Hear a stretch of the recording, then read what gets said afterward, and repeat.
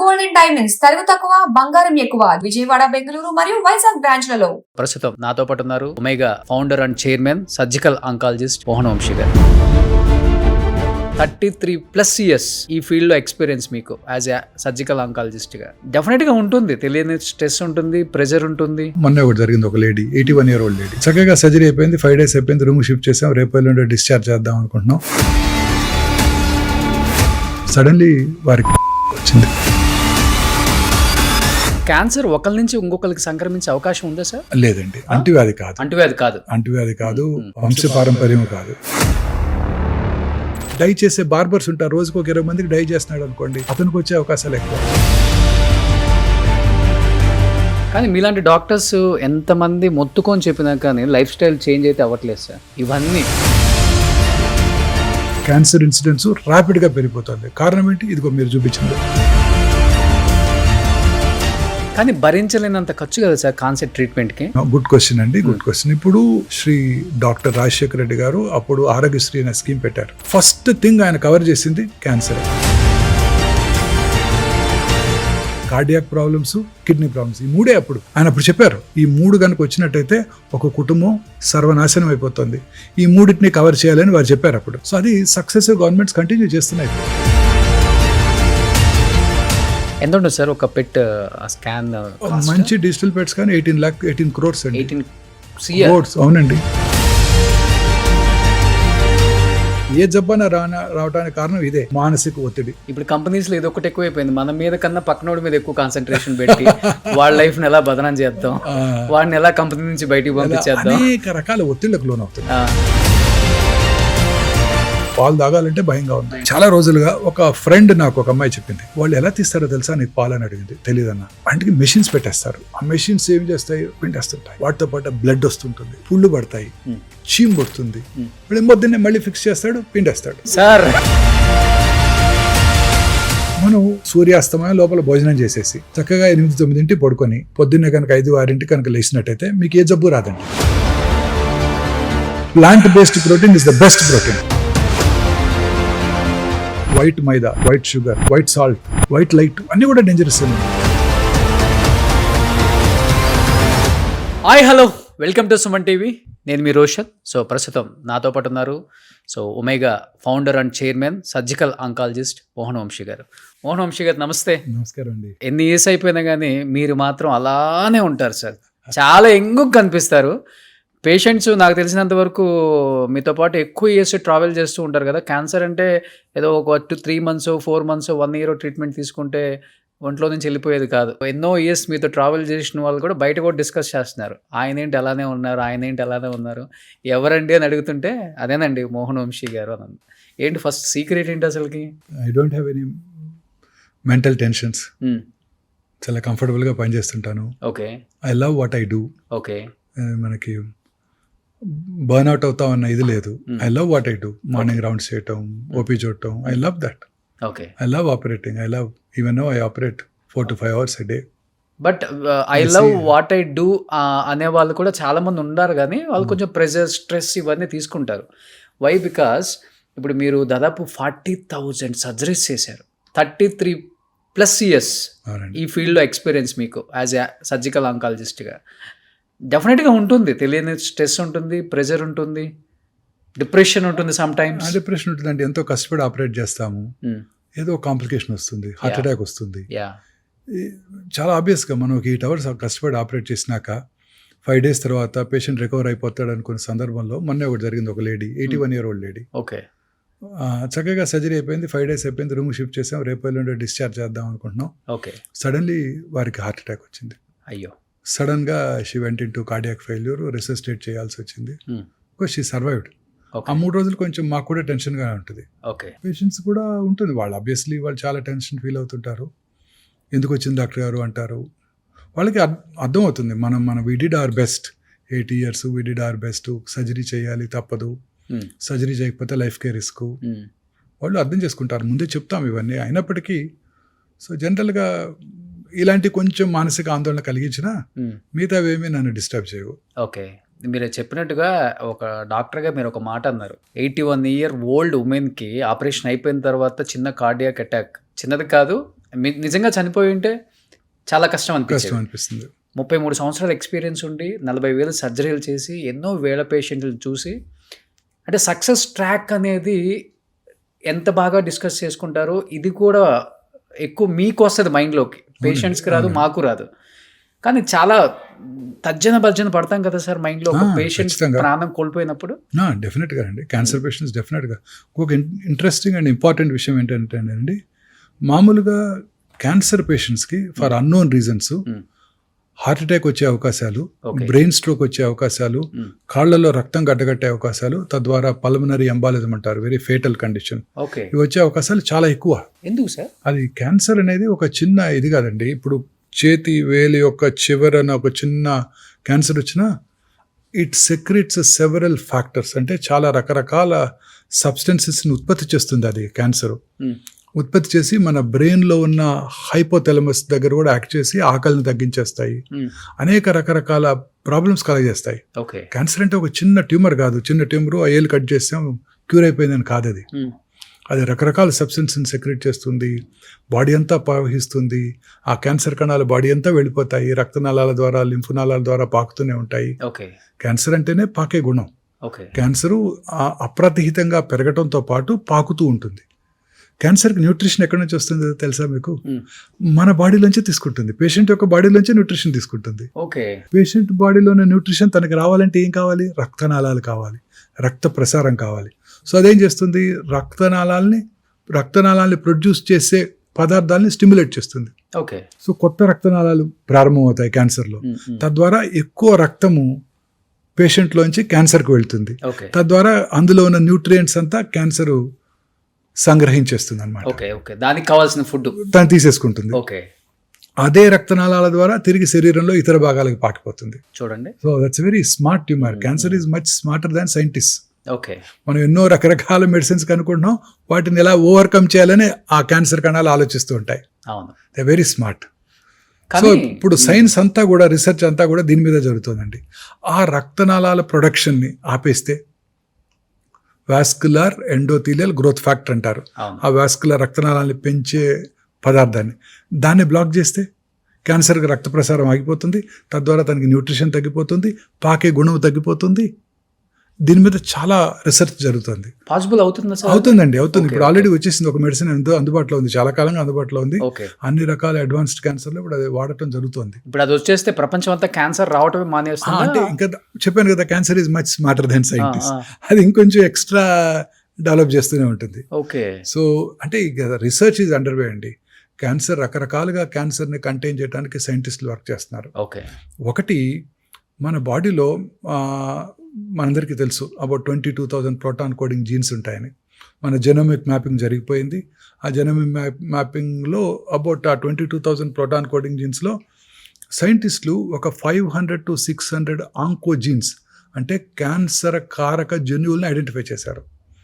ఈ జన్యువుల్లో వచ్చే మ్యుటేషన్ వల్లనే ఈ క్యాన్సర్ ప్రతి వాళ్ళలో వస్తుంది అని కూడా ఖచ్చితంగా నమ్మకం ఏర్పడింది. ఓకే. సో ఆ జన్యువుని టార్గెట్ చేసే డ్రగ్ కనుక వస్తే ఆ క్యాన్సర్ని మనం క్యూర్ చేయగలుగుతాం. బట్ క్యాన్సర్ ఒకరి నుంచి ఇంకొకరికి సంక్రమించే అవకాశం ఉందా సార్? లేదండి, అంటువ్యాధి కాదు. అంటువ్యాధి కాదు. వంశపారంపర్యం కాదు. ఓకే. కొన్ని రకాల క్యాన్సర్స్ ఆ జన్యుపరమైన మ్యుటేషన్ ఆ ఫ్యామిలీలో కనుక రన్ అయితే కొన్ని తక్కువ రకాలు, ఉదాహరణకి బ్రెస్ట్ క్యాన్సరు, ఓవేరియన్ క్యాన్సరు, దానికి BRCA1 BRCA2 జీన్ అంటారు. అలాగే మెడులరీ కార్సినోమా థైరాయిడ్, రెడ్ జీను, కొన్ని రకాల కోలన్ క్యాన్సర్స్, ఇవి వంశపారంపర్యంగా రావచ్చు, చాలా తక్కువ. బట్ ఆ జన్యుపరమైన మ్యుటేషన్ ఐడెంటిఫై చేసి తగు చర్యలు కూడా తీసుకోవచ్చు మనం. ఇప్పుడు ఓకే. ఆ జన్యుపరమైన మ్యుటేషన్ ఐడెంటిఫై చేసి టార్గెట్ చేస్తే మనం ఆ క్యాన్సర్ని క్యూర్ చేయడానికి అవకాశం ఉంటుంది. సో వర్క్ ఇదే జరుగుతోంది. ఇలా ఒక రకంగా సైంటిస్టులు ప్రయత్నిస్తున్నారు. ఇంకొక రకంగా ఈ టార్గెటెడ్ థెరపీ, ఈ క్యాన్సర్కు రక్త ప్రసారం చేసే రక్తనాళాల ప్రొడక్షన్ని నిలిపివేయటం. ఇంకా మూడోది ఇమ్యూనోథెరపీ. వెరీ ఇంట్రెస్టింగ్ థింగ్ ఏంటంటే, మన బాడీలో మీరు కరోనా టైంలో వినే ఉంటారు, నాకు యాంటీబాడీస్ ఉన్నాయి, మీకు యాంటీబాడీస్ ఎన్ని ఉన్నాయి, నీకు తక్కువ ఉన్నాయా, వ్యాక్సిన్ తీసుకున్నావా అని అడుగుతూ అనుకునేవాళ్ళం మనందరం కూడా. సో అలా యాంటీబాడీస్తో పాటు మన బాడీలో సెల్యులర్ ఇమ్యూనిటీ కూడా ఉంది. అంటే సెల్ మీడియేటెడ్ ఇమ్యూనిటీ, వాటినే T cells అంటారు, వాటినే కిల్లర్ సెల్స్ అని కూడా అంటారు. అవి ఏం చేస్తాయంటే మన బాడీలోకి వచ్చే బ్యాక్టీరియా, వైరస్, క్యాన్సర్ కణము, అన్నిటిని ట్రాన్స్ప్లాంటెడ్ ఆర్గన్, ఫర్ ఎగ్జాంపుల్ ఎవరైనా ట్రాన్స్ప్లాంట్ చేసుకున్నారు కిడ్నీ ట్రాన్స్ప్లాంట్, ఆ సెల్యులర్ ఇమ్యూనిటీ, ఆ సెల్ మీడియేటెడ్ ఇమ్యూనిటీ ఏం చేస్తుంది, వెళ్ళి ఆ ట్రాన్స్ప్లాంట్ అయిన ఆర్గన్ని డిస్ట్రాయ్ చేసేస్తుంది. అందుకే కిడ్నీ ట్రాన్స్ప్లాంట్ తర్వాత, లివర్ ట్రాన్స్ప్లాంట్ తర్వాత చాలా కాలం ఇమ్యూనో సప్రెసివ్ థెరపీ మీద ఉంచుతారు, సో దట్ మన ఓన్ ఇమ్యూనిటీ మనకి ట్రాన్స్ప్లాంట్ చేసిన కిడ్నీని డ్యామేజ్ చేయకుండా. సో ఈ సెల్స్ని పొటెన్షియేట్ చేయటం ఇమ్యూనోథెరపీ. క్యాన్సర్ సెల్స్ ఏం చేస్తాయంటే దే ఆర్ వెరీ స్మార్ట్, మనం ఆల్రెడీ డిస్కస్ చేసాం. క్యాన్సర్ సెల్స్ ఏం చేస్తాయంటే ఈ టీ సెల్స్ని బ్లాక్ చేస్తాయి. వాటిని అన్బ్లాకింగ్నే ఇమ్యూనోథెరపీ అంటారు, అన్మాస్కింగ్ అని కూడా అంటారు. సో బ్లాక్ చేయకుండా చూసినట్టయితే ఈ టీ సెల్స్ వెళ్ళి క్యాన్సర్ని చంపేస్తాయి. అంటే మన ఓన్ ఇమ్యూనిటీని బూస్ట్ చేసి క్యాన్సర్ని చంపేస్తున్నాం అనమాట. ఇలా రకరకాలుగా క్యాన్సర్ని కంటైన్ చేయడానికి సైంటిస్టులు వర్క్ చేస్తున్నారు. Gene therapy, immunotherapy, targeted therapy, రకరకాల థెరపీస్ ద్వారా, in addition to chemotherapy, surgery and radiotherapy. ఇలా అనేక రకాలుగా సైంటిస్టులు వర్క్ చేస్తున్నారు. మాక్సిమం రీసెర్చ్ ప్రపంచంలో క్యాన్సర్ మీదే జరుగుతుంది. కానీ మీరు చెప్పినట్లుగానే ఒక టాబ్లెట్ వేసుకుంటే ఇంకా క్యాన్సర్ అనేది ఏ మనిషికి రాదు అనే ఒక న్యూస్ వింటే మాత్రం ఊపిరి పీల్చుకుంటారు సార్ కదా. Very true, very true. అప్పుడు హాస్పిటల్స్ అన్ని జస్ట్ వచ్చేస్తాయండి. కొత్త కొత్త ప్రాబ్లమ్స్ వస్తున్నాయండి. అగైన్ కొత్త కొత్త ప్రాబ్లమ్స్ వస్తున్నాయి. That's not one cancer, it's a spectrum of disease. ఒక క్యాన్సర్ కాదు, రకరకాల క్యాన్సర్ కణాలు, రకరకాల ప్రవర్తన ఉంటాయన్నమాట. మీరు అన్నట్టు we have to conquer this disease. మానవాళికి అత్యంత ముప్పు కలిగిస్తున్న ఈ డిసీజ్. ఇప్పుడు ఉదాహరణకి భారతదేశం యొక్క పాపులేషన్ 1.54 బిలియన్స్ కదండి. చైనా పాపులేషన్ ఎంత అండి, ఒక 400,000 తక్కువ, 1.51 49 బిలియన్. చైనాలో సంవత్సరానికి చూసే కొత్త క్యాన్సర్ కేసులు ఏమో తెలుసా మీకు? 4.5 lakhs నుంచి 5 lakhs వరకు ఉంది. ఏంటి సార్? Oh my God. చైనాలో. What about India? ఇండియాలో మన Indian council for medical research, ICMR New Delhi వారి ఎస్టిమేట్ ప్రకారం ఓన్లీ 1.5 మిలియన్. అది ఎలా సాధ్యపడుతుంది? సాధ్యపడదు. మన దేశంలో క్యాన్సర్ ఈజ్ అండర్ రిపోర్టెడ్. అన్ని క్యాన్సర్ కేసుల సంఖ్య మన ప్రభుత్వానికి తెలియజేయబట్టలేదు. మొన్న మధ్యనే తెలంగాణ ప్రభుత్వం వారు క్యాన్సర్ని అందరూ కూడాను ఐడెంటిఫై చేసిన వెంటనే మీరు ఇన్ఫార్మ్ చేయాలి గవర్నమెంట్, కానీ ఒక లెజిస్లేషన్ తీసుకొచ్చారు. చేస్తున్నారు ఇప్పుడు? చేస్తున్నారు. అవేర్నెస్ వచ్చిందా పీపుల్లో? By law we have to do it. Okay. Cancer మీరు ఐడెంటిఫై చేయగానే క్యాన్సర్ రిపోర్ట్ చేయాలి, గవర్నమెంట్కి ఇన్ఫార్మ్ చేయాలి ఈ కొత్త క్యాన్సర్ కేసు డయాగ్నోస్ అయింది, so that they will have statistics. ఇది చాలా ముందు చూపుతో ఉన్న చర్య. ఎందుకంటే ముందు స్టాటిస్టిక్స్ ఉంటే గవర్నమెంట్ తగు చర్యలు తీసుకోగలదు. ఎస్, బ్రెస్ట్ క్యాన్సర్లు ఎక్కువగా ఉన్నాయి, దీన్ని కంటైన్ చేయడానికి ప్రజల్లో మనం ఏం చేయాలి? ఈ పాపులేషన్ నిజామాబాద్ జిల్లాలో ఈ క్యాన్సర్ కేసులు ఎక్కువగా ఉన్నాయి, కారణం ఏమిటి? అలా అనలైజ్ చేసి తగు జాగ్రత్తలు తీసుకోవడానికి అవకాశం ఏర్పడుతుంది. Cancer is a notifiable disease now. ఇది చాలా ఇంపార్టెంట్. సో ఇందాకటి మన ఉదాహరణకు వెళ్దాం. 1.54 బిలియన్ ఉన్నా కూడా 1.5 మిలియన్ క్యాన్సర్సే అంటున్నారు. గవర్నమెంట్ ఎస్టిమేట్ ప్రకారం. బట్ సైంటిస్టులు, డాక్టర్లు బిలీవ్ చేసేది ఏంటంటే దీనికి 3 రెట్లు ఎక్కువ ఉంటుంది ఇండియాలో అని. అంటే చైనా కన్నా ఎక్కువ ఉంది మన దగ్గర. వాళ్ళు హెల్దీ లైఫ్, మనది అన్హెల్దీ లైఫ్ స్టైల్ కదా, మన తినే ఆహారం అంతా. America population 340 million. అమెరికాలో క్యాన్సర్ కేసుల సంఖ్య 2 మిలియన్, మనకన్నా చాలా ఎక్కువ. ఎలా సాధ్యపడుతుంది? మన ఇండియన్ మిడిల్ క్లాసే 350 మిలియన్. మన ఇండియన్ మిడిల్ క్లాస్ అమెరికా వాళ్ళలాగా థింక్ చేస్తారు, అమెరికా వాళ్ళలాగా ఫ్యాటీ ఫుడ్ తింటారు, అమెరికా వాళ్ళలాగా ఆలోచిస్తుంటారు, అమెరికా వాళ్ళలాగా అన్ని బ్యాడ్ హ్యాబిట్స్ ఉన్నాయి, ఆల్కహాల్, స్మోకింగ్, టొబాకో అన్నీ ఉన్నాయి. మరి మనలో ఎందుకు ఇది తక్కువ ఉంటుంది? Unlikely. So cancer is under reported in our country. ఈ గవర్నమెంట్, మన గవర్నమెంటే ఫస్ట్ ఇంట్రడ్యూస్ చేసింది, తెలంగాణ గవర్నమెంట్. అన్ని గవర్నమెంట్స్ కూడా ఇట్లా నోటిఫైబుల్ డిసీజ్గా మనం కనుక చేసినట్టయితే నెంబర్ ఆఫ్ క్యాన్సర్ పేషెంట్స్ సంఖ్య తెలుస్తుంది కరెక్ట్గా. ఎక్కడెక్కడ లాక్యునా ఉన్నాయి, ఎక్కడెక్కడ ఐడెంటిఫై చేయడానికి ఏం చేయాలి అనేది గవర్నమెంట్కి ఒక ఐడియా వస్తుంది. గవర్నమెంట్ తీసుకునే ప్రతి చర్య కూడా దీని మీదే, డేటా మీదే ఆధారపడి ఉంటుంది. కానీ మీలాంటి డాక్టర్స్ ఎంతమంది మొత్తుకొని చెప్పినా కానీ లైఫ్ స్టైల్ చేంజ్ అయితే అవ్వట్లేదు సార్. ఇవన్నీ ఇవి చాలా ఇంపార్టెంట్. ఇది ప్లాస్టిక్ బాటిల్స్, అవునండి. అండ్ ఇవి కొన్ని మాత్రమే నేను చెప్పింది, ఇంకా ఇలాంటివి ఎన్నెందో. కానీ లైఫ్ స్టైల్లో చేంజ్ రానంత వరకు ఇలాంటి మీరు చెప్పినట్టు 2 మిలియన్ 3, 4, 5 అంటే ఇంకా మీరు ఇండియాలో జనాభా పెరుగుకుంటూ వెళ్ళిపోతుంది, అట్ ది సేమ్ టైం రోగాలు కూడా పెరుగుకుంటూ వెళ్ళిపోతున్నాయి. గుండె జబ్బుల కన్నా కూడా ఎక్కువగా వస్తున్న ఏదైనా రోగం ఉందంటే ఇప్పుడు క్యాన్సర్. అవునండి, టూ మచ్. గుండె జబ్బుల్ని మనం కాంకర్ చేసామండి. స్టెంట్లు వేసేస్తున్నారు మన కార్డియాలజిస్టులు. ఎక్కువ బ్లాక్స్ ఉన్నట్టయితే మన కార్డియాక్ సర్జన్స్ చక్కగా కర్నరీ బైపాస్ చేసేస్తున్నారు, అందరూ అవును. సర్వైవ్ అయిపోతున్నారు. అవును అవును ఇప్పుడు గుండె జబ్బు మీద ఎవరికి వరి లేదు, ఉమ్, గుండె జబ్బు మీద ఎవరికి ఒక వరి లేదు, క్యాన్సర్తోనే మెయిన్ వరి అండి. నిన్న ఒక పేషెంట్ నాకు బాగా దగ్గర బంధువు కూడా, ఓకే వారి హస్బెండ్కి క్యాన్సర్ వచ్చింది, లంగ్ క్యాన్సరు. ఒక 9 నెలలు వైద్యం చేయించుకున్నారు, 10వ నెలలో కాలం చేశారు. అప్పుడు ఆవిడ ఒకటే వ్యాఖ్యానించింది, ఇవన్నీ ఎందుకు వచ్చింది, ఒక గుండెపోటు వచ్చి పోయినా బాగుండేదే అని. అయ్యా 10 నెలలు కష్టపడ్డాము, 10 నెలలు హాస్పిటల్ చుట్టూ తిరిగాము, 10 నెలలు పొడిగించుకున్నామన్న ఆనందం కూడా లేదు. 10 నెలలు కూడా ఏదో ఒక థెరపీ ఇస్తున్నారు, ఆ థెరపీ వల్ల కాంప్లికేషన్స్. ఇది ఒక ఎంటైర్ ఫ్యామిలీకి ఒక మానసిక క్షోభ. ఉమ్, పని చేసేవాళ్ళు అయితే వాళ్ళ ఉద్యోగం పోతుంది, వాళ్ళ వర్క్ ఉండదు, దాంతోపాటు ఫ్యామిలీ మెంబర్స్ అందరూ కూడా మిగతా వర్క్స్ అన్ని మానుకొని ఈ పేషెంట్కి అటెండ్ అవ్వాల్సి ఉంటుంది. కానీ క్యాన్సర్ అంటే మరణ శిక్షలా ఫీల్ అవటమేనా సార్? ఇంకేమైనా బెటర్ ట్రీట్మెంట్స్ ఉన్నాయా? రకరకాల క్యాన్సర్స్కి ఇప్పుడు కొత్త చికిత్సా విధానాలు అందుబాటులోకి వచ్చాయండి. ఆ. ముఖ్యంగా అర్లీగా మనం క్యాన్సర్ని డయాగ్నోస్ చేసినట్టయితే ఖచ్చితంగా క్యూర్ చేయవచ్చు. మీరే చూశారు కదా, చాలామంది ప్రముఖులు అర్లీగా డయాగ్నోస్ చేసుకొని క్యూర్ అయ్యారు. కొంతమంది లేట్ స్టేజ్లో కనుక్కొని కూడా చాలామంది ఇంకా కూడా చక్కగా సర్వైవ్ అవుతున్నారు. అవును. సో కొంతమంది స్టార్లు కూడా ఈ మధ్య బయటకు వచ్చినప్పుడు వాళ్ళు ఓపెన్ అయ్యి చెప్తున్నారు, మేము కూడా స్క్రీనింగ్ అప్పుడు ఫస్ట్ స్టేజ్లో ఉన్నప్పుడు అని తెలుసుకుందాం, ట్రీట్మెంట్ తీసుకుందాము. చాలా వెరీ ఇంట్రెస్టింగ్ ఇదండి అది. చిన్న చిన్న పిల్లలు వాళ్ళంతా. అవును. ఎంత ఉంటుందండి వయసు అమ్మాయికి, సోనాలి బింద్రేకి? When she was diagnosed hardly 35. చిన్న యంగ్ లేడీ, జస్ట్ అప్పుడే మ్యారేజ్ అయ్యి ఒక చైల్డ్ కలిగి, కానీ ఎంత ధైర్యంగా అమ్మాయి క్యాన్సర్ని ఫేస్ చేసిందండి. అవును. 2 చేతులు అయితే నమస్కారం పెట్టాలనిపిస్తుంది. మీరే సర్జరీ చేశారా సార్? లేదు. ఆమె ఇప్పటికీ కూడా క్యాన్సర్ని క్యూర్ అయ్యి చక్కగా టీవీ ముందు కూర్చొని మనందరినీ ఎంటర్టైన్ చేస్తున్నారు.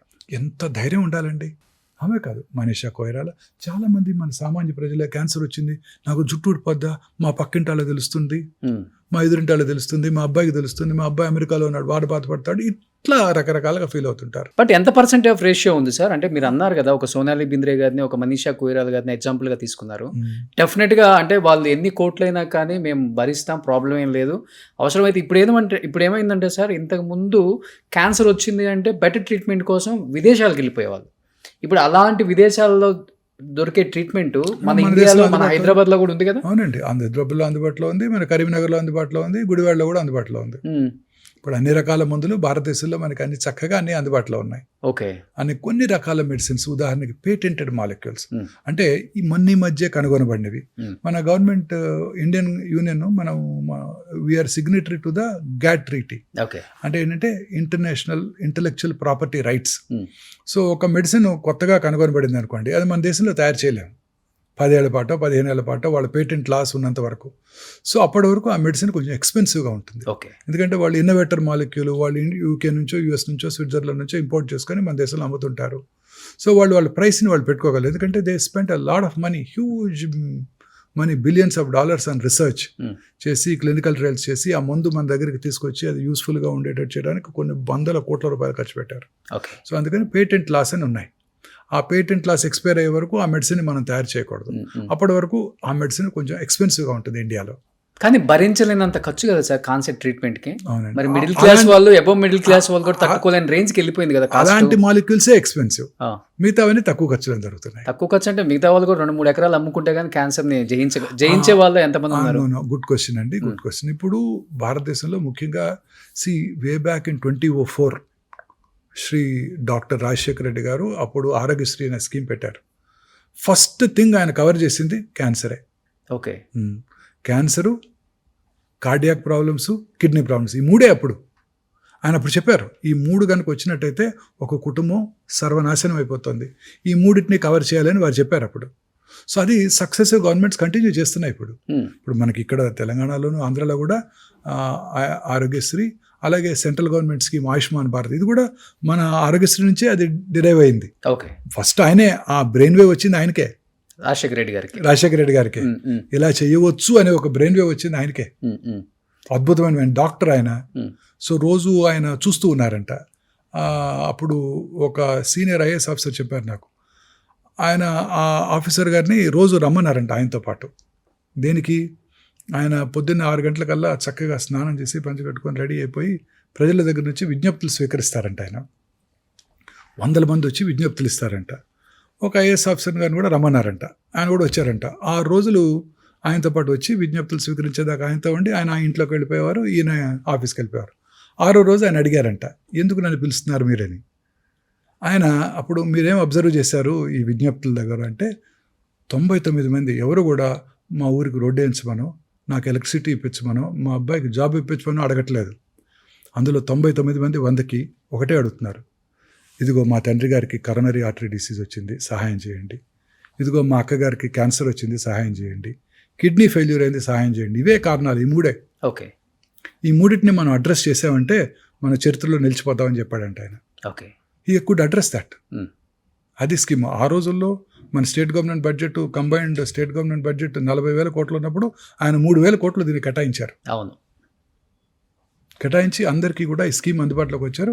ఇదే స్ఫూర్తిగా తీసుకొని భారతదేశంలో అన్ని రాష్ట్రాలు, ఇప్పుడు యూనియన్ గవర్నమెంట్ కూడా ఓకే, ఆయుష్మాన్ భారత్ని పెట్టారు. బట్ మీలాంటి ప్రముఖులను పిలిచి మాట్లాడటం జరిగిందా సార్? ఆయన అలాంటి స్కీమ్ లో అందరితో మాట్లాడారు. ఆయన అందరితో Okay. మాట్లాడారు. ఓకే. అందరితో మాట్లాడారు. అంటే ఆయన మాట్లాడలేరు, ఆయన పెద్ద ఆయన. ఆ గవర్నమెంట్ డిపార్ట్మెంట్ హెల్త్ సెక్రటరీ గారు అందరినీ పిలిచి మాట్లాడారు. అన్ని హాస్పిటల్ ఆయన పర్సనల్గా వెళ్ళి కలిసి మాట్లాడారు. ఓకే. శ్రీ అగర్వాల్ అని ఆయన అందరినీ కలిశారు. ఆయన ప్రతి కార్పొరేట్ హాస్పిటల్కి వెళ్ళారు, ప్రతి గవర్నమెంట్ హాస్పిటల్కి వెళ్ళారు. అందరితో మాట్లాడి ఆయన ఒక స్కీమ్ తయారు చేశారు. ఓకే.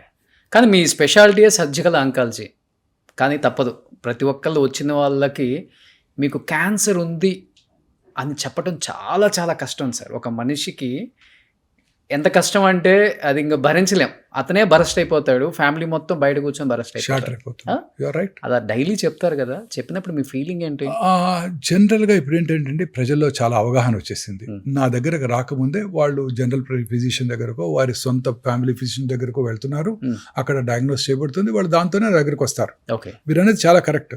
నా దగ్గర ఓపిక రాగానే వాళ్ళు ఎవరు రిసెప్టివ్గా ఉండరు, అందరూ ఇట్లా కోపంగా చూస్తుంటారు. బాధతో, నేనేం చెప్తాను అన్న ఆతృతతో, ఆవేదంతో. I can understand them. నా స్టాఫ్కి అంతా అదే చెప్తాను. మనం ట్రీట్ చేసే patients are separately entirely different group. Okay. ఒక అమ్మాయి డెలివరీకి వచ్చింది అనుకోండి, సెలబ్రేషన్ అది వాళ్ళకి. చక్కగా మాట్లాడుతుంటారు, స్టాఫ్తో స్వీట్స్ పంచిపెట్టుకుంటుంటారు. ఇది అలా కాదు. ప్రతి వాళ్ళు ఎంతో డిప్రెషన్తో లోనవుతుంటారు. 2 రకాలుగా. ఒకటి, ఫస్ట్ సొంత వాడిని కోల్పోతున్నారు, కోల్పోతామేమోనన్న భయం. రెండోది, ఆర్థికంగా మీరు అన్నట్టు డ్రైన్ అవుట్ అయిపోతారు పూర్తిగా. సో డ్రైన్ అవుట్ అవుతారు. Cancer treatment is prohibitively expensive. కారణం ఏంటండి? ఈ ఎక్విప్మెంట్ అంతా కూడా. ఇప్పుడు ఉదాహరణకి పెట్ సిటీ స్కాన్ మెషిన్ అన్నీ కూడా ఇంపోర్టెడే. ఇంపోర్ట్ చేసుకుని మనం కొన్నప్పుడు 27% కస్టమ్సే కట్టాలి. మొన్నటి వరకు 37%, ఈ మధ్య తగ్గించారు 1 year బ్యాక్. ఎంత ఉంటుంది సార్ ఒక పెట్ స్కాన్? మంచి డిజిటల్ పెట్స్ కానీ 18 crores అండి. 18 crores. అవునండి. పెట్ ఎంఆర్ఐ ఇంకో కొత్త పరికరం అందుబాటులోకి వచ్చింది. పెట్ ఎంఆర్ఐ విత్ పెట్ $5 million. అన్నిటికీ మళ్ళీ మన గవర్నమెంట్కి మనం కస్టమ్స్ కట్టాలి 27%. మొన్నటి వరకు 37%. ఇండియాలో తయారవుతున్నట్టయితే వాటిని కొనకుండా మీరు ఇంపోర్ట్ చేసుకుంటే కస్టమ్స్ కట్టమంటాం న్యాయం. ఇండియాలో తయారవ్వకపోయినా ఇంపోర్ట్ చేసుకుంటే వాటి కూడా కస్టమ్స్ కట్టమంటాం అంత న్యాయం కాదేమో. ఎందుకంటే లోపలికి వస్తుంటే సార్ ఒక జనరల్ హాస్పిటల్ ఉన్నట్టు ఉంది మీ హాస్పిటల్ కూడా. అన్ని హాస్పిటల్స్ అలానే ఉన్నాయి, ఎస్పెషల్లీ ఆంకాలజీ డిపార్ట్మెంట్. లేదండి, మాది కాదు. మీరు ఏ హాస్పిటల్ కానీ వెళ్ళండి, ఢిల్లీలో కానీ, బాంబేలో కానీ, హైదరాబాద్ కానీ అన్ని అలానే ఉన్నాయి. క్యాన్సర్ హాస్పిటల్స్ అన్ని అలానే ఉంటాయి, అన్ని అలానే ఉంటాయి. మీకు చిన్న ఇంట్రెస్టింగ్ థింగ్ చెప్తాను. నేను ఇండో అమెరికన్ క్యాన్సర్ హాస్పిటల్, ఇప్పుడు బసవతారక హాస్పిటల్, అప్పుడు నేను జాయిన్ అయిన రోజు అక్కడ జాయిన్ అయ్యాను 2002లో, అంటే కరెక్ట్గా 24 సంవత్సరాల క్రితం. అదొక్కటే ప్రైవేట్ క్యాన్సర్ హాస్పిటల్ ఆ రోజు. ఓకే. అంటే 2 decades బ్యాక్. 45 మందే పేషెంట్స్ కౌచ్ మీద. హార్డ్లీ ఇన్ పేషెంట్స్ ఒక 12-13. అది ప్రైవేట్లో అదొక్కటే ప్రైవేట్లో కాదు, మొత్తం హైదరాబాద్ సిటీకి అదొక్కటే లైనర్ యాక్సిలరేటర్. ఓకే. అంటే అడ్వాన్స్డ్ రేడియేషన్ చికిత్సా పరికరం అదొక్కటే. ఇప్పుడు 45 ఉన్నాయి. ఏ మెషిన్ మీద ఖాళీ లేదు. 2 దశాబ్దాలలో నా కళ్ళ ముందు వచ్చిన మార్పు ఇది. క్యాన్సర్ ఇన్సిడెంట్స్ ర్యాపిడ్గా పెరిగిపోతుంది. కారణం ఏంటి? ఇదిగో మీరు చూపించినవే.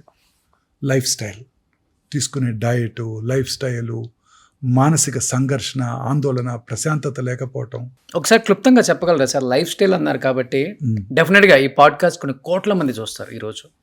లైఫ్ స్టైల్ చేంజెస్ అంటే రూరల్ ఏరియాలో ఎస్పెషల్లీ వాళ్ళకి అర్థమయ్యే విధంగా, మెట్రోపాలిటన్ సిటీస్లో ఎట్లయినా తెలుగు అందరికి వచ్చు కాబట్టి, ఎలాంటి లైఫ్ స్టైల్ అంటే చెప్పి చెప్పి చెప్పి చెప్పి చెప్పి చెప్పి చెప్పి మీరు అన్నట్లుగా 45 మిషన్లలో ఒక్క మిషన్ కూడా ఖాళీ లేదు ఈరోజు. మార్నింగ్ స్టార్ట్ అయితే మిడ్ నైట్ వరకు, అసలు మిడ్ నైట్ కాదు, ఏ హాస్పిటల్లోనూ ఖాళీ లేదు. అట్లా అయిపోయింది. గవర్నమెంట్ హాస్పిటల్లో ఖాళీ లేదు, ప్రైవేట్ హాస్పిటల్లో ఖాళీ లేదు, ఎక్కడా లేదు, దేశంలో ఎక్కడా లేదు. How we will change our life style? In spite of 70% of Indian districts do not have cancer hospitals.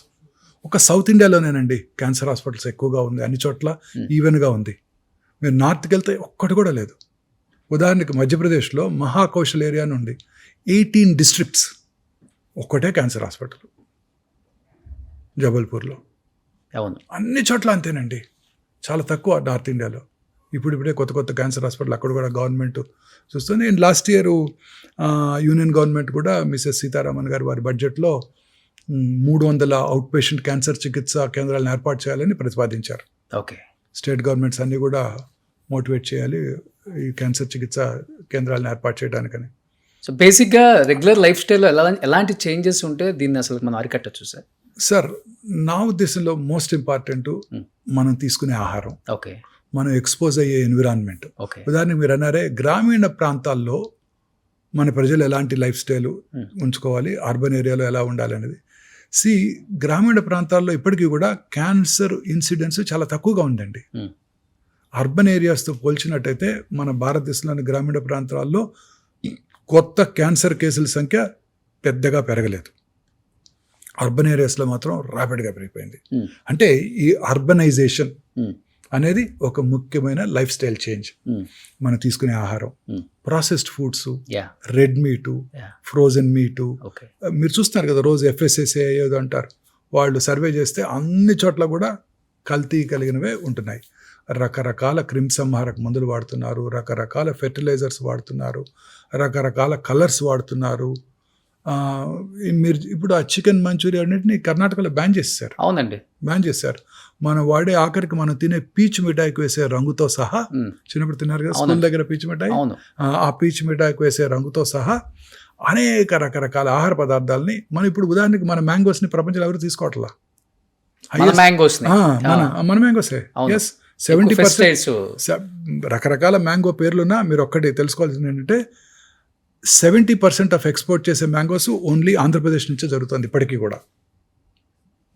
మహారాష్ట్రలో అల్ఫోన్సా ఏవో పేర్లు ఉన్నాయి, ఉత్తరప్రదేశ్లో అవన్నీ తక్కువ, ప్రొడక్షన్ మనకే ఎక్కువ, తెలుగు రాష్ట్రాల్లోనే ఎక్కువ, అందులో ఆంధ్రప్రదేశ్లో ఎక్కువ. ఉలవపాడు మంచి ఫేమస్, అన్ని ఉలవపాడు, నూజివీడు అన్నీ ఫేమసే. బట్ ఈ సంవత్సరం జపాన్ తీసుకోలేదు, ఆఖరికి నేపాల్ కూడా మన మ్యాంగోస్ని ఇంపోర్ట్ చేసుకోవడానికి ఒప్పుకోలేదు. ఎందుకంటే మన దగ్గర క్యాన్సర్ ఎక్కువ, క్రిమిసంహారక మందులు, ఫెర్టిలైజర్స్ వాడుతున్నారు, రకరకాల పొల్యూషన్ ఫెర్టిలైజర్స్ అన్నీ వీటి వల్ల తీసుకోవట్లేదు. సో ఇలా అనేక రకాలు ఈ కలర్స్, మనం తీసుకునే ప్రాసెస్డ్ ఫుడ్, అలాగే మనం వాడే automobile pollution, environmental pollution, factories, urban ఏరియాస్లో ఉండే ప్రతి కెమికల్ ఇండస్ట్రీ, ఆఖరికి any for that matter colours, అంటే ఇప్పుడు రంగులు అమ్ముతుంటారు కదా, వాళ్ళు కూడా లూజ్గా అమ్మినట్టయితే వాళ్ళకి వచ్చే అవకాశాలు ఎక్కువ. ఓకే, డై చేసే బార్బర్స్ ఉంటారు, రోజుకు ఒక 20 మందికి డై చేస్తున్నాడు అనుకోండి, అతనికి వచ్చే అవకాశాలు ఎక్కువ. డై వేయించుకునేవాడి కన్నా వేసేవాడికే ఎక్కువ, ఎందుకంటే ఎక్కువ మందికి వేస్తాడు కదా. మీరు డై ఎప్పుడు వేసుకుంటారు? నెలకోసారి వేసుకుంటారు, ఆయన రోజు 20 మందికి వేస్తుంటాడు కదా, పాపం వాళ్ళకి వచ్చే అవకాశాలు ఎక్కువ. ఓకే, అలా ఇండస్ట్రియల్ పొల్యూషను, మనం వాడే oils, repeated use of oils. మా హాస్పిటల్ ముందే మిర్చి బండి ఉంటుంది, పొద్దున ఆయిల్ పోస్తాడు, అదే ఆయిల్లో ఫ్రై చేస్తుంటాడు రిపీటెడ్గా, మిగిలిపోయిన ఆయిల్ మళ్ళీ రేపు పొద్దున క్యాన్సర్ హాస్పిటల్ ముందు. ఓకే, ఎంతో ఆనందంగా మనం తింటుంటాం చోలే భటూరాలు, బజ్జీలు, ఇవన్నీ రిపీటెడ్ ఆయిల్స్, ఇవన్నీ కూడా చాలా ప్రమాదకరం అండి. వన్స్ ఇన్ 2 months 3 months అలా ఓకేనా సార్? లేకపోతే రెగ్యులర్గా తినే వాళ్ళకి ఎక్కువ ఇలాంటి అది కూడా ఇంట్లో వేసుకొని తినడం బెటర్. ఓకే, ఇవన్నీ కూడా ప్రమాదకరమేనండి. ఓకే, అనేక రకాలుగా మనం ప్రమాదాలు గురవుతున్నాం. మీరు అన్నట్టు water bottle, plastics, micro plastics, లేని పదార్థమే లేదు, ఆ లిడ్లోంచి వెళ్ళిపోతుంటాయి. అన్ని రకాలుగాను మనం ఈ క్యాన్సర్ కారక పదార్థాలు, కార్సినోజన్స్కి ఎక్స్పోజ్ అవుతున్నాం అర్బన్ ఏరియాస్లో. దానికి తోడు ఈ మానసిక ఆందోళన, దానివల్ల కూడా క్యాన్సర్ 100%. నేను నమ్మేది అదే ముఖ్యమైన కారణం. ఏంటో అలా చూసిన పేషెంట్స్ ఉన్నారా? డెఫినెట్ గా ఎక్కువ హై సొసైటీ వాళ్ళు కూడా వస్తారు. నేను చాలా క్లియర్ గా ఒక చిన్న ఎక్స్ప్లెనేషన్ చెప్తాను వినండి. మన బాడీలో ఇందాక అనుకున్నాం మనం T సెల్స్ ఉంటాయి, అవును, కిల్లర్ సెల్స్. అవి మన బాడీలోకి వచ్చే ప్రతి ఫారిన్ బాడీని డిస్ట్రాయ్ చేసేస్తాయి. ఓకే. అది క్యాన్సర్ కానివ్వండి, వైరస్ కానివ్వండి, బ్యాక్టీరియా కానివ్వండి, ఏదైనా కానివ్వండి. ఓకే. ఆ టీ సెల్ ఇమ్యూనిటీ మన దీని మీద మానసిక ఆందోళన మీద ఆధారపడి ఉంటుంది. మనం మానసికంగా ఎక్కువ ఆందోళన పడితే మన టీ సెల్స్ సరిగా పనిచేయవు, ఓకే, మన ఇమ్యూనిటీ తగ్గిపోతుంది. ఓకే. మన బాడీలో రకరకాల చేంజెస్, మ్యూటేషన్స్ జరుగుతుంటాయి మన జీన్స్లో. కానీ మన ఓన్ ఇమ్యూనిటీ ఆ జెనెటిక్ మ్యూటేషన్స్ని ప్రాబబ్లీ బ్లాక్ చేసేస్తుంది. ఓకే. తద్వారా మనకి ఇల్నెస్, జబ్బులు రాకుండా కాపాడుతుంది. ఓకే. అది క్యాన్సర్ కానివ్వండి, స్ట్రోక్ కానివ్వండి, కర్నరీ ఆర్టరీ డిసీజ్ కానివ్వండి. మానసికంగా ఆందోళనకు లోనైతే హార్ట్ అటాక్ వచ్చే అవకాశాలు, బ్రెయిన్ స్ట్రోక్ వచ్చే అవకాశాలు, క్యాన్సర్ వచ్చే అవకాశాలు కూడా పెరిగిపోతాయి. ఓకే. సో అన్నిటికన్నా ఇంపార్టెంట్ నా ఉద్దేశం, ఇవన్నిటికన్నా ఇంపార్టెంట్ నా పర్సనల్ ఉద్దేశం ఇదే. క్యాన్సర్ రావడానికి కానివ్వండి, ఏ జబ్బన రావడానికి కారణం ఇదే, మానసిక ఒత్తిడి. మానసిక ఒత్తిడి. మన అబ్బాయికి నీటిలో సీట్ రాలేదు, పక్క అబ్బాయికి వచ్చింది, పక్కింట్లో అబ్బాయికి వచ్చింది. మనకేమో మారుతి కారు ఉంది, పక్కింట్లో వాళ్ళేమో టయోటా కారు కొనుక్కున్నారు. ఇలా అనేక రకాల ఒత్తిళ్ళు. ఆ తర్వాత వర్క్ ప్లేస్ ప్రెషర్స్. బాస్ ఇవాళ మన తిట్టాడు, మన పని చేయలేదన్నాము, చేయలేకపోతున్నాము, మనకు ఒంట్లో బాగాలేదు, అయినా కానీ బాస్ రమ్మంటున్నాడు వాళ్ళ పనికి. ఇప్పుడు కంపెనీస్లో ఇది ఒకటి ఎక్కువైపోయింది. మన మీద కన్నా పక్కనోడి మీద ఎక్కువ కాన్సన్ట్రేషన్ పెట్టి వాళ్ళ లైఫ్ని ఎలా బదనం చేద్దాం, వాడిని ఎలా కంపెనీ నుంచి బయటికి పంపించేద్దాం, అనేక రకాల ఒత్తిళ్లకు లోనవుతున్నాయి. పూర్వకాలంలో ఇవన్నీ ఉండేది కాదు. సంతోషం సగం బలం అన్నారు పెద్దలు, కానీ సంతోషం పూర్తి బలం అంటాను నేను. సంతోషం పూర్తి బలం. ఈ అనేక రకాల ఒత్తిళ్ళు. ఇంతకుముందు చక్కగా విలేజెస్లో దగ్గర వాళ్ళే మ్యారేజ్ చేసుకునేవాళ్ళు, వాళ్ళే హ్యాపీగా 5 రోజులు సెలబ్రేట్ చేసుకునేవాళ్ళు, వాళ్ళ ఇంట్లో పండించుకున్న కూరగాయలే తినేవాళ్ళు, వాళ్ళే షర్ట్ లేకుండా వెళ్ళి ఆ కూరగాయల పాదులు దువ్వి వాటర్ పోసి దాన్ని చక్కగా డెవలప్ చేసేవారు, పొలానికి వెళ్ళేవాళ్ళు, పని చేసుకునేవాళ్ళు, ఎండకి ఎక్స్పోజ్ అయ్యేవారు, విటమిన్ డి ఉండేది, ఇమ్యూనిటీ బాగుండేది, ఓకే, మానసిక ఆందోళన తక్కువగా ఉండేవి. వాళ్ళ గేదెలు పాలు పిండుకొని తాగేవాళ్ళు. ఇప్పుడు రకరకాల ఆక్సిటోసిన్, పాలు తాగాలంటే భయంగా ఉంది. నిజంగా నేను వెజిటేరియన్గా మారాను 30 ఏళ్ళ క్రితం. చాలా రోజులుగా ఒక ఫ్రెండ్ నాకు ఒక అమ్మాయి చెప్పింది, ఆమె వీగన్ అయిపోయింది. ఎందుకు అయిపోయావు వీగన్ అన్నాను. నేను కూడా ఒక 3 సంవత్సరాలు ట్రై చేశాను మధ్యలో. వీగన్ ఎందుకంటే వాళ్ళు ఎలా తీస్తారో తెలుసా నీకు పాలు అని అడిగింది. తెలియదన్నా. వాటికి మెషిన్స్ పెట్టేస్తారు. అవును. బఫెలో మిల్క్ కౌస్కి. ఆ మెషిన్స్ ఏం చేస్తాయి, పిండేస్తుంటాయి. వాటితో పాటు బ్లడ్ వస్తుంటుంది, వాటి బ్లడ్ వస్తుంది, పుళ్ళు పడతాయి, చీమ్ పడుతుంది. వాడు పొద్దున్నే మళ్ళీ ఫిక్స్ చేస్తాడు, పిండేస్తాడు. అవన్నీ నీ పాల్లోకి వస్తున్నాయి, నీకు తాగుబోద్దు అవుదా అని అడుగుతుంది అమ్మాయి. అబ్బా, అది తిన్నప్పుడు నాకు పెరుగు తింటుంటే ఒక స్పూన్ తినంగానే భయంగా ఉంది, బాధగా ఉంది. 3-4 రోజులుగా అసలు తినలేకపోతున్నాను పర్సనల్గా. ఇప్పుడు చాలా మంది న్యాచురల్ మిల్క్ అని చెప్పే వాళ్ళందరూ ప్యాకెట్స్ మానేస్తారు. ఇంకా ప్యాకెట్స్ న్యాచురల్ మిల్క్ అయినా మెషిన్ అవును 200% మీరు చెప్పింది కదా. అది ఇంజూరీ చేస్తుంది కదా. అవును. బ్లడ్ కారుతుంది కదా, పుండు పడుతుంది కదా, వాడికి తెలియదు కదా యాంటీబయాటిక్ రాసుకోవాలని అక్కడ. అవును. ఆ బాధ అంతా మనకే వస్తుంది కదా. ఎంత పాస్చరైజ్ చేసినా, అసలు ఎంత మరగబెట్టినా కానీ అది ఉంటుందా సార్? ఉన్నా లేకపోయినా మనసులో ఆ థాట్ నాకు తినబుద్ది కావట్లా. మీరు మానేసారు కంప్లీట్గా పాలు? 4 రోజుల నుంచి అసలు పూర్తిగా తినలేకపోతున్నాను. ఓ స్పూన్ తినగానే మనసులో అది గుర్తుకొస్తుంది అమ్మాయి చెప్పిన దగ్గర నుంచి. మీకు ఫామ్ హౌస్ లేదా? లేదు. 2 గేదెలు పెట్టుకున్నా సరిపోద్దేమో నిజమే. సో ఇలా రకరకాలుగా మనం ఈ కంటామినెంట్స్కి ఎక్స్పోజ్ అవుతున్నాం. సో మానసిక ఆందోళన ఇవన్నీ కూడా క్యాన్సర్ అవడానికి దోహదం చేస్తున్నాయి. ఇప్పుడు ఇది తర్వాత ఈ రాత్రి పూట ఒత్తిడి, లేట్గా ఇంటికి రావటం, 10ంటికి రావటం, మళ్ళీ ఆన్ టాప్ ఆఫ్ ఇట్ 2 గంటలు టీవీ చూడటం. ఆ తర్వాత లేకపోతే మనం ఉంది కదా మన దెయ్యం మొబైల్స్, దాన్ని చూస్తూ పడుకోవటం, ఆ బ్లూ స్క్రీన్. మనం ప్రశాంతంగా 6 సూర్యాస్తమయం లోపల భోజనం చేసేసి, జెంట్స్ లాగా భోజనం చేసేసి చక్కగా 8-9 పడుకొని పొద్దున్నే కనుక 5-6 కనుక లేచినట్టయితే మీకు ఏ జబ్బు రాదండి. Okay, guarantee. క్యాన్సర్స్ అసలు రావు. ఎందుకంటే మనం ఇలా ప్రశాంతంగా పడుకున్నప్పుడు రాత్రి మిడ్నైట్ తర్వాత మెలటోనిన్ అనే హార్మోన్ ఉత్పత్తి అవుతుందండి. ఓకే, అది it has strong anti cancer properties. A time నుంచి ఏ టైం వరకు ఉంటుంది సార్? Midnight 12 to 1:30. ఓకే. మీరు రోజు 11 పడుకుంటే రాదు, మళ్ళీ మీకు 9 పడుకోవాలి. 9 పడుకొని 10 లేవంటే చక్కగా మెలటోనిన్ హార్మోన్ ఉత్పత్తి అవుతుంది. మీకు రకరకాల క్యాన్సర్స్ వచ్చే అవకాశాలు చక్కగా తగ్గిపోతాయి. ఇదే అసలు కారణం. ఇప్పుడు చూడండి, రాత్రిపూట ఇలా నేను బంజారాహిల్స్ నుంచి గచ్చిబౌలి వస్తుంటే పొద్దున్న ఎర్లీ మార్నింగ్ వచ్చేస్తాను. నేను ట్రాఫిక్ తక్కువ ఉండదు, 5:30కి వస్తాను. అన్నీ వెల్ లిట్ టవర్స్, 30 అంతస్తులు 50 అంతస్తులు అన్ని చోట్ల అంతా లిట్ అవర్స్ అందరు పనిచేస్తుంటారు పాపం. Night duties. అంతా వాళ్ళ అమెరికన్ టైంకి పనిచేయాలి కదా మరి వాళ్ళు. ఇక్కడ వాళ్ళకి డే ఇక్కడ నైట్ కదా. కాల్ సెంటర్స్ అంటారు, బీపీ ఆఫీస్ అంటారు, రకరకాల ఆఫీసెస్ ఉన్నాయి కదా, జీసీసీస్ అంటారు, నైట్ పని చేస్తున్నారు. వీళ్ళందరికీ హార్మోనే ఉత్పత్తి అవ్వదు. కానీ మీరు చెప్పారు ఒక మాట, 30 years బ్యాక్ నాన్ వెజ్ వదిలేసాను అని. అవునండి, వదిలేసాను. ఏదైనా బలమైన రీజన్ ఉందా? బికాస్ ఆఫ్ రెడ్ మీట్ తిన్నా ఇవన్నీ? లేదండి, that was not a regular reason. I gave up 32 years ఇప్పటికి. 32 years నాన్ వెజ్ కానీ ఎగ్ కూడా తినండి. I'm very happy. Plant based protein is the best protein. Animal protein కన్నా plant based proteins are the best proteins. కానీ మీ daily దినచర్యలో ఒక్క plastic పదార్థం నుంచి అంటే ఒక వస్తువు నుంచి కూడా ఏం తీసుకునే ఛాన్స్ లేదు. జనరల్ గా అవాయిడ్ చేసి ఎప్పుడు హాస్పిటల్లోనే ఉంటాను కదండి, మీలాగా తిరగాల్సిన అవసరం లేదు. ఓకే, సో ఆ బాధలు లేవు. మాలాంటి తిరిగే వాళ్ళ కోసం చెప్పండి సార్. ఇప్పుడు లైఫ్ మన చిన్నప్పుడు మన ఊళ్ళలో మరచెం బండి ఉండేది తెలుసా? చిన్నపిల్లలు మీకు తెలియదు. అవును, మరచెం ఉంది. ఉందా? చూసారా ఎప్పుడైనా? షూర్. అలా స్క్రూ చేసి పట్టుకెళ్ళేవాళ్ళు. అలాంటిది పట్టుకెళ్ళాలి. వర్క్ ప్లేస్ క్యారీ చేయాలి. డెఫినెట్. రాగి మర్చంతో వాటర్ తాగండి. సో లక్కీగా నేను ఒక చోటే పని చేసుకుంటాను, నాకు అన్ని పక్కనే ఉంటాయి కాబట్టి నాకు అవసరం లేదు. బట్ మిగతా వాళ్ళు పని చేసుకునే వాళ్ళందరికీ అవసరమే కదా. అప్పుడు మనతో మీతో పాటు వచ్చారు మీ స్టూడియోకి ఇక్కడికి, అందరూ పాపం పొద్దున్న ఎప్పుడో బయలుదేరుతారు, వాటర్ తాగాలి, క్యారీ చేయలేరు, బైక్ మీద వస్తారు పాపం. ఇప్పుడు నేను వచ్చిన దగ్గర నుంచి ఒక 1 hour అయింది. మీ ఇక్కడంతా కూడా ఎక్కడ కూడా ఒక ప్లాస్టిక్ అంటే అంతా వాటర్ బాటిల్స్, గ్లాస్ సీసాలు అండ్ గ్లాసెస్ ఉన్నాయి.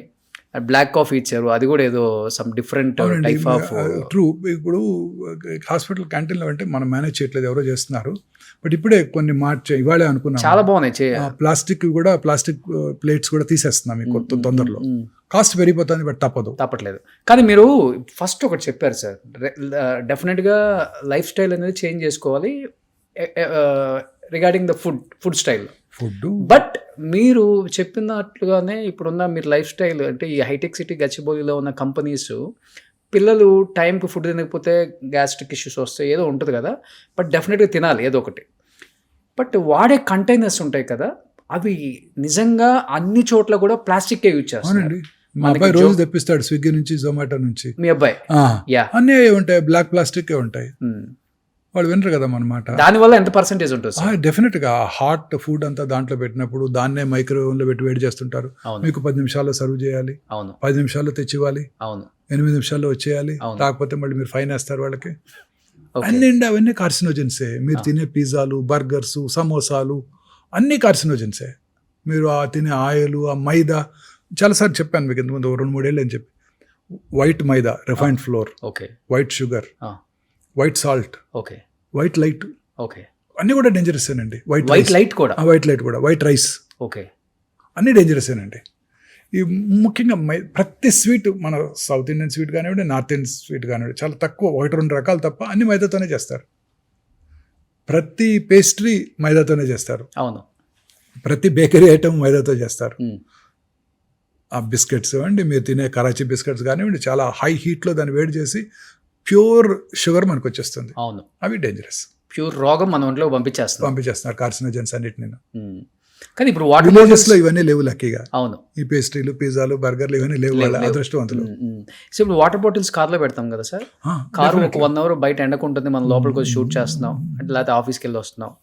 ఆ 1 hour లో ఆ వాటర్ అనేది కొంచెం ఆ బాటిల్లో వేడి ఉండొచ్చు, వేడి ఉంటుంది. నానో పార్టికల్స్ వాటర్ లోకి వస్తాయి, వాటర్ చక్కగా మనం ఇంజెస్ట్ చేస్తున్నాం. 2 things అండి, మనం జీవితాంతం మీరు 2 words వినబోతున్నారండి. ఇంకా మీరు చాలా హెల్త్ యాక్ట్స్ చేస్తుంటారు, 100 మంది డాక్టర్తో మీరు ఇంటర్వ్యూలు చేస్తుంటారు, మీకు ఎక్స్పీరియన్స్ ఉంది.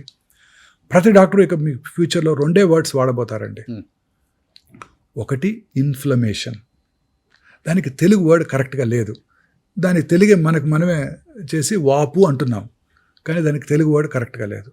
రెండోది గట్ మైక్రోబియం, అంటే మన పేగుల్లో ఉండే బ్యాక్టీరియా.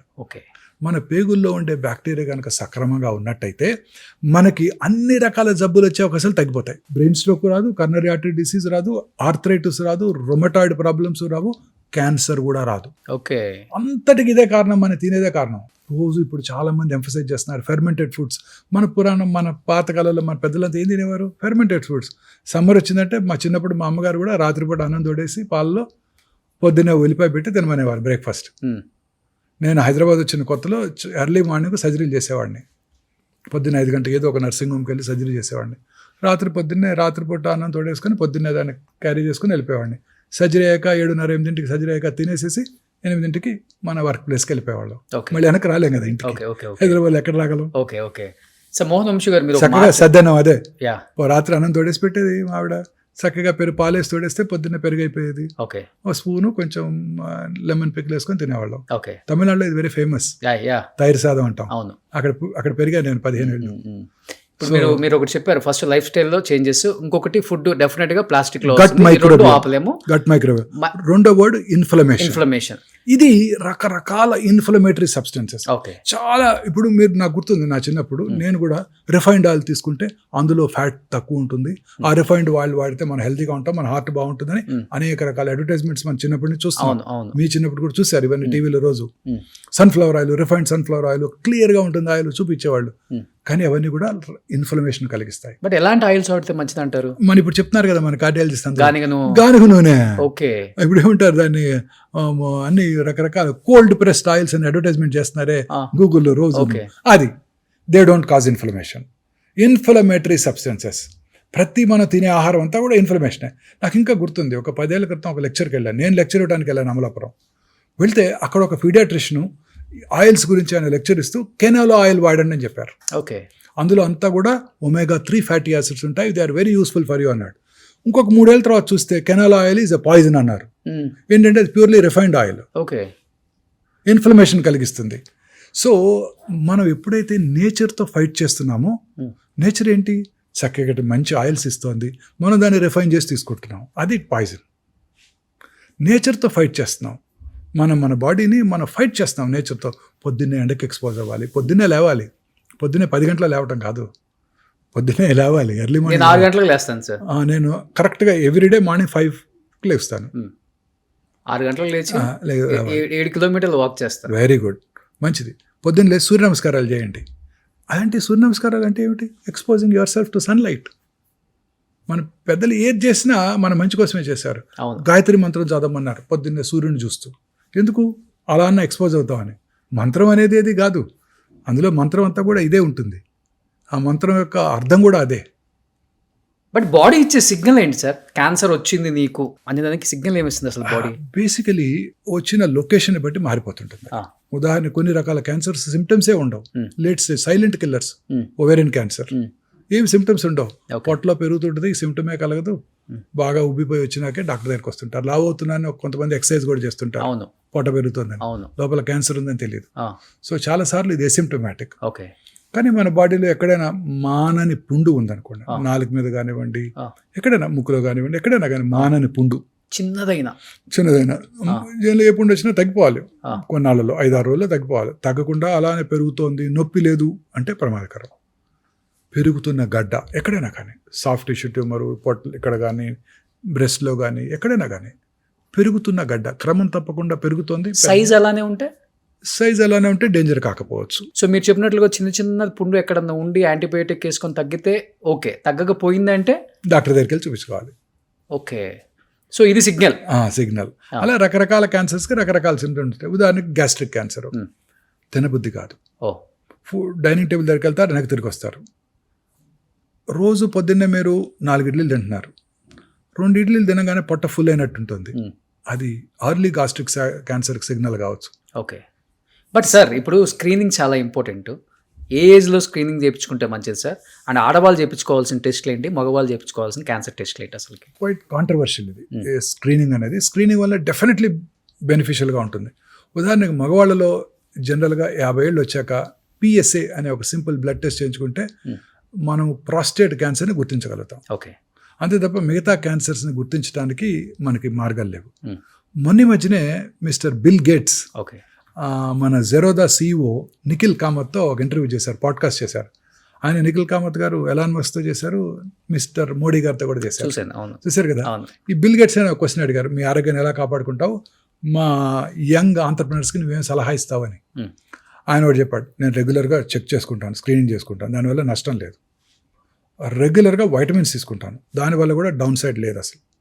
3వది ఇక ఇది ఒక్కటే క్యాన్సర్ వ్యాధి ఒకటే నాకు భయం కలిగిస్తుంది. ఉమ్, దీన్ని పట్టుకోవడానికి ముందుగానే ఒక జెనెటిక్ టెస్టింగ్ చేయించుకుంటున్నాను నేను. ఉమ్, ఆ టెస్ట్ అమెరికాలో ఇన్సూరెన్స్ కంపెనీలు కవర్ చేస్తున్నాయి, అన్ఫార్చునేట్లీ ఇండియాలో కవర్ చేయట్లేదు. ఉమ్, ఆ టెస్ట్ కనుక చేయించుకుంటే ఈ ట్రెడిషనల్ డయాగ్నోస్టిక్ టెస్ట్ పట్టుకోవడానికి way before you will diagnose this test అని వారు చెప్పడం జరిగింది.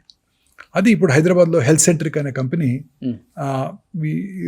అందుబాటులోకి తీసుకొచ్చింది. Okay okay. అది ముందుగానే మనం స్క్రీన్ చేసుకుంటే నెక్స్ట్ ఫ్యూ ఇయర్స్లో నీకు క్యాన్సర్ వచ్చే అవకాశాలు ఉన్నాయో లేవో ముందే తెలిసిపోతాయి. అవునా? ఆ, ఎన్ని ఇయర్స్ ముందు తెలిసిపోతుంది సార్ మనకి? అలా అని చెప్పలేం కానీ తప్పనిసరిగా ఒక 77 క్యాన్సర్స్ని పట్టేయగలదు.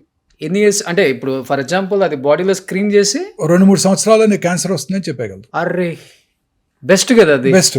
అప్పుడు మనం ఏం చేస్తాము, ఇవాళే ఒక జెంటిల్మెన్ చూశాను, ఆ, ఆ టెస్ట్ చేయించుకొని నా దగ్గరికి వచ్చాడు ఆయన. ఆ. ఎక్కడ అమెరికాలో చేయించుకున్నారా? ఇక్కడే చేయించుకున్నాను. మన దగ్గర ఉంది. మన దగ్గర ఓకే. ఎంత ఉంటుంది cost around? It cost about 80 to 1,80,000 దాకా ఉంది. ఓకే. ఆయనకి కోలన్ క్యాన్సర్ వచ్చే అవకాశం ఉందని రాసిచ్చారు. ఉమ్, సో అప్పుడు ఏం చెప్పాము మనకి, రెగ్యులర్గా చిన్న simple test, stool occult blood testing. Okay.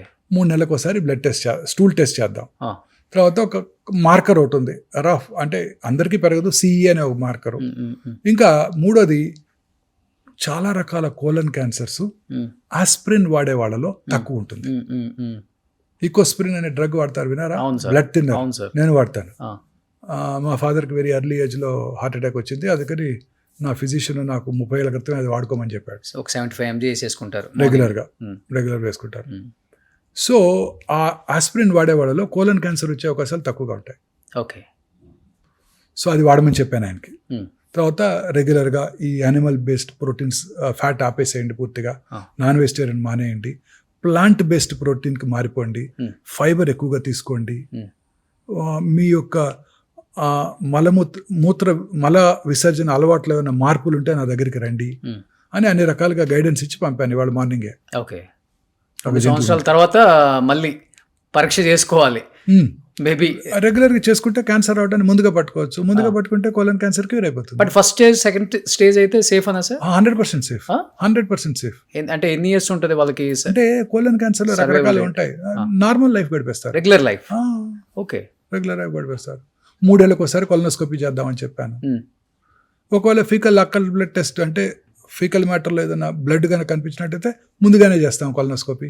Okay. అలా రకరకాలుగా మనం టెస్టులు చేసుకోవచ్చు. 4th స్టేజ్కి వచ్చి మళ్ళీ ఇప్పుడు regular as usual life style lead చేస్తున్న వాళ్ళు మీ పేషెంట్స్ ఎవరైనా ఉన్నారా? కొన్ని రకాల 4th స్టేజ్ క్యాన్సర్స్ క్యూర్ అయిపోతాయండి. ఆ. ఉదాహరణకు మీరు విన్న famous person Lance Armstrong, cyclist. అవును sir. Testicular cancer with brain mets. Brain met. అవును. ఇప్పటికీ బ్రతికే ఉన్నారు. Hmm. వరల్డ్ సైక్లింగ్ ఛాంపియన్షిప్ 6 సంవత్సరాలు గెలిచాడు ఆయన. అవును. సో రకరకాల క్యాన్సర్స్ కొన్ని లేట్ స్టేజ్లో కూడా బతికేస్తారు, Hmm. కొన్ని రకాల క్యాన్సర్స్ ఎర్లీ స్టేజ్లో కూడా కష్టంగా ఉంటాయి. ఓకే. సో ఇప్పుడు బట్ చాలా రకాల క్యాన్సర్స్ కూడా 4th స్టేజ్లో కూడా ఈ టార్గెటెడ్ థెరపీస్, ఇమ్యూనోథెరపీస్తో చాలా కాలం బతికేస్తున్నారు. ఓకే. కాకపోతే ఇందాక మనం డిస్కస్ చేసినట్టు they are prohibitively expensive. Targeted therapy కూడా చాలా పెద్ద ప్రాసెస్ చెప్పాలంటే, అందరికి అర్థమయ్యేటట్టు మనం నెక్స్ట్ ఎపిసోడ్లో కూడా మాట్లాడదాం సార్. బట్ ఇప్పుడు చిన్న పిల్లలకు కూడా క్యాన్సర్ ఎక్కువైపోయింది సార్, 1 or 2 years. అలాంటి వాళ్ళని ట్రీట్ చేస్తున్నప్పుడు యాజ్ ఎ డాక్టర్గా పక్కన పెడితే యాజ్ ఎ ఫాదర్, మీరు కూడా గ్రాండ్ ఫాదర్, ఏమనిపిస్తుంటుంది? ఏడ్చిన సందర్భాలు ఉన్నాయా మీ లైఫ్లో? అయ్యా డెఫినెట్లీ అండి. పిల్లలు చూసినప్పుడు డెఫినెట్గా. మిగతా డిసీజెస్కి క్యాన్సర్కి కొంచెం తేడా ఉందండి. మిగతా డిసీజ్ మీరు కోలిసిస్టేట్ మీకు ఆపరేట్ చేస్తే మళ్ళీ మీకు కనపడ్డావు. కర్నరీ బైపాస్ చేసామనుకోండి, ఆ పేషెంట్ మళ్ళీ మీ దగ్గరికి రాడు. ఇంటి దగ్గర ఉన్న కార్డియాలజిస్ట్ చూపించుకుంటూ ఉంటాడు, లేకపోతే తన కార్డియాలజిస్ట్ చూపించుకుంటుంటాడు. మా డిసీజ్ అలా కాదు, మాతో పాటే ఉంటారు, వస్తూనే ఉంటారు పాపం. క్యాన్సర్తో ప్రాబ్లం ఏంటంటే ట్రీట్మెంట్ ప్రొలాంగ్డే, కానీ ట్రీట్మెంట్ కన్నా ఫాలో అప్ మోర్ ఇంపార్టెంట్. ప్రతి పేషెంట్ కూడా రెగ్యులర్గా చెకప్కి రావాలి. ఎందుకు? కొత్త క్యాన్సర్స్ వచ్చే అవకాశాలు ఎక్కువ ఉంటాయి. ఇప్పుడు ఉదాహరణకి ఓరల్ క్యావిటీలో రైట్ సైడ్ చీక్ మీద క్యాన్సర్ వచ్చింది అనుకోండి, అదే ఇండివిజువల్కి లెఫ్ట్ సైడ్ చీక్ మీద వచ్చే అవకాశాలు 5 రెట్లు ఎక్కువ. ఓకే. ఏవైతే కారణాలు ఇక్కడ క్యాన్సర్ కలిగించాయో ఆ కారణాలు ఇక్కడ కూడా పనిచేస్తున్నాయిగా. సో పేషెంట్స్ పాత క్యాన్సర్ తిరిగి రావడం మాట అటుంచండి, కొత్తది రావడానికి కూడా పట్టుకోవాలిగా. ఛాన్స్ ఉందా సార్? ఉంటుంది. అదే పేషెంట్కి ఇదే ఉదాహరణ చెప్తాను నేను. మీ ఏ ఊరి నుంచి వచ్చారని అడుగుతారు. రామగుండం అన్నారు అనుకోండి. రామగుండం దేని ఫేమస్? బొగ్గు. రామగుండంలో బొగ్గు దొరికితే పక్కనున్న గోదావరి కానీ, మంచిర్యాల, బెల్లంపల్లి, పెద్దపల్లి, రామకృష్ణాపూర్లో కూడా బొగ్గు దొరుకుద్ది. అంతే, ఒక చోట వస్తే ఇక్కడ కూడా వస్తుంటుంది. ఇట్లా చూపిస్తాను. రామగుండంలో బొగ్గు దొరికితే బెల్లంపల్లి, మంచిర్యాల, పెద్దపల్లి, గోదావరి కల్లో కూడా బొగ్గు దొరుకుద్ది. సో ఇక్కడ వచ్చే అవకాశాలు ఉంటాయి. ఎందుకంటే బొగ్గుల మీద కూడా చికెన్ బాగా డీప్ ఫ్రై చేసి తినే వాళ్ళు కూడా ఉన్నారు కదా ఇప్పుడు. అంటే జస్ట్ ఉదాహరణ. ఇంకో ఎక్కడ ఏ ఏరియా లేకపోతే ఇక్కడ మీ ఇంట్లో బోర్ వేస్తే వాటర్ పడింది అనుకో, పక్కింట్లో పడుతుంది, ఆపోజిట్ ఇంట్లో పడుతుంది, ఎదురింట్లో కూడా పడుతుంది, పక్క బజార్లో కూడా పడుతుంది, అంతే కదా ఆ ఏరియా అంతా. సో అందుకని రెగ్యులర్గా చెకప్ రావాలి. So follow up is very important. అందువల్ల మాకు బాగా దగ్గర అవుతారు మా పేషెంట్స్. అవును, ప్రతి పేషెంట్ నాకు గుర్తుంటారు, వాళ్ళ పిల్లలు కూడా గుర్తుంటారు. అన్ని రకాల హాస్పిటల్స్ అన్నీ గుర్తుపెట్టుకో తెలియదు కానీ ఒమేగా హాస్పిటల్ని గుర్తుపెట్టుకుంటారు, ఒమేగా మోహన్ వంశీ గారిని కూడా గుర్తుపెట్టుకుంటారు. ఎస్పెషల్లీ ఆంకాలజీ క్యాన్సర్ అంటేనే గుర్తొచ్చే పేరు హైదరాబాద్లో, తెలంగాణ, ఆంధ్రప్రదేశ్లో మోహన్ వంశీ గారు. థ్యాంక్స్ అండి. ఎందుకంటే అంత దగ్గరే పేషెంట్స్ మీకు. అంటే మాకు ఏదైనా వస్తే ఆయన దగ్గరికి వెళ్ళిపోతే మాకు క్యూర్ అవుతుంది, ఇంకా కొన్ని సంవత్సరాలు సర్వైవల్ అవ్వచ్చు, హోప్ ఉంది మా బతుకు మీద, డబ్బులు పోయినా పర్వాలేదు, ఆయన అయితే బెస్ట్ అని first choice, second choice, third choice, ఇన్ని ఒపీనియన్స్ ఉండవు, ఒకటే ఒపీనియన్ మోహన్ వంశీ గారు. థ్యాంక్స్. గ్రేట్ కదా అది. ఎంతమందికి వస్తుంది? కొన్ని కోట్లలో ఒకరికి మీకు వచ్చింది. బట్ ఎన్నో ప్రాణాలు నిలబెట్టారు, ఎంతోమందిని తెలియక స్టేజ్ దాటిపోయి మీ చేతుల్లో చనిపోయిన పేషెంట్స్ కూడా ఎంతోమంది ఉంటారు. కానీ అత్యంత డేంజర్ క్యాన్సర్ ఏంటి సార్? లాస్ట్ అండ్ ఫైనల్గా చెప్పండి, ఎన్ని రకాల క్యాన్సర్స్ ఉన్నాయి ఓవరాల్గా? అంటే మెయిన్లీ క్యాన్సర్స్ ఆర్ 2 types అండి. Carcinoma, sarcoma. కార్సినోమాస్ అంటే ఎపిథీలియల్ టిష్యూలో వచ్చేవి, సార్కోమాస్ అంటే సాఫ్ట్ టిష్యూలో వచ్చేవి. ఇవి కాక మూడోది హిమటలాజికల్ అంటే బ్లడ్ క్యాన్సర్స్. బ్లడ్ క్యాన్సర్స్ కొంతవరకు డేంజరస్గానే ఉంటాయి, ఎస్పెషల్లీ అడల్ట్స్లో వచ్చేవి. పిల్లల్లో వచ్చే బ్లడ్ క్యాన్సర్స్ క్యూర్ అవుతాయి. ఇక బ్రెయిన్ ట్యూమర్స్ జనరల్గా హై గ్రేడ్ ట్యూమర్స్ ఎక్కువ కాలం సర్వైవ్ అవ్వరు. కొన్ని రకాల బ్లడ్ క్యాన్సర్స్ కూడా సర్వైవ్ అయ్యే అవకాశాలు తక్కువ ఉంటాయి. బట్ ఇప్పుడు కొత్త మెడిసిన్స్ చాలా వస్తున్నాయండి. ప్రాబ్లీ ఐఎమ్ షూర్ ఇంకో 10 yearsలో మనం ఈ క్యాన్సర్కి ముందు కనుక్కుంటారేమో మన సైంటిస్టులు అనిపిస్తుంది. క్యాన్సర్ జయించవచ్చు ఒక టాబ్లెట్తో. టాబ్లెట్స్ కానివ్వండి, ఇంజెక్షన్స్ కానివ్వండి, ఇమ్యూనోథెరపీ కానివ్వండి. నా ఉద్దేశం ఇంతకుముందు నేను నా లైఫ్ టైంలో చూడలేనేమో అనుకునేవాడిని. ఇప్పుడు lot of research is underway and ఖచ్చితంగా నేను నా ఉద్దేశం 10 yearsలో మనం దీన్ని కాంకర్ చేసేస్తామండి. 3 decades మీరు చాలా చేంజెస్ చూశారు కదా. ఇంకా మాక్సిమం 10 years అండి. We will be able to conquer. ఒక డికేడ్లో కాంకర్ చేస్తారు సైంటిస్టులు అనగా. సో లాస్ట్ అండ్ ఫైనల్గా ఈ పాడ్కాస్ట్ చూసే కొన్ని కోట్ల మందికి ఏం చెప్పాలనుకుంటున్నారు? రెగ్యులర్గా ఆకుకూరలు, ఫ్రెష్ ఫ్రూట్స్, వెజిటబుల్స్ ఎక్కువగా తీసుకుంటూ, యానిమల్ ఫుడ్కి దూరంగా ఉంటూ, అలాగే దురలవాట్లకి స్మోకింగ్, ఆల్కహాల్ లాంటివి కూడా దూరంగా ఉంటూ, రెగ్యులర్గా ఎక్సర్సైజ్ చేస్తూ, లీన్ బాడీ మాస్ మెయింటైన్ చేస్తూ, మానసికంగా ఆందోళన లేకుండా ఉన్నట్టయితే క్యాన్సర్ని ఖచ్చితంగా జయించవచ్చు. సో ఫైనల్గా సార్లాగా ఉంటే అన్ని జయించవచ్చు మనం కూడా. సో 33 years బ్యాక్ ఆయన ప్రాక్టీస్ స్టార్ట్ చేసిన 33 years అబ్బాయిలాగే ఉన్నారు. So thanks for the complement. Thank you so much sir. So second ఎపిసోడ్లో ఇంకా చాలా విశేషాలు తెలుసుకున్నాం. Thank you so much. Thanks అండి.